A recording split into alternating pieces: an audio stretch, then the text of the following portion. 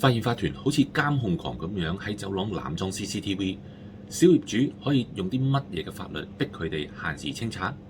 等我教你以下3招啦。第一招就係發出私隱查閱同埋合規質詢啦。白紙黑字要求管理處提供私隱評估報告同埋治安風險記錄。物管公司嘅法律部一睇到信裡面引用咗私隱條例，通常都會立即下令調走鏡頭，又或者用黑膠布遮擋咗違規範圍。呢一個叫攻其必救。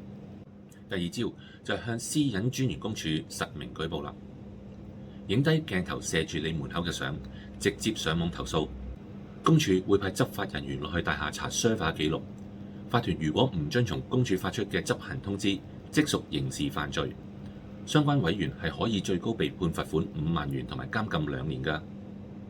第三招就係引用第344章附表7進行財政截擊啦。喺業主大會上聯署發動議案，卡死並暫停非必要樓層監控系統嘅保養預算。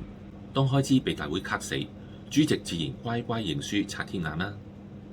唔想再俾人當水魚咁劏，立即點擊下面嘅連結睇我完整嘅影片，又或者喺評論區留低你屋苑遇到嘅危機，我幫大家出謀獻策。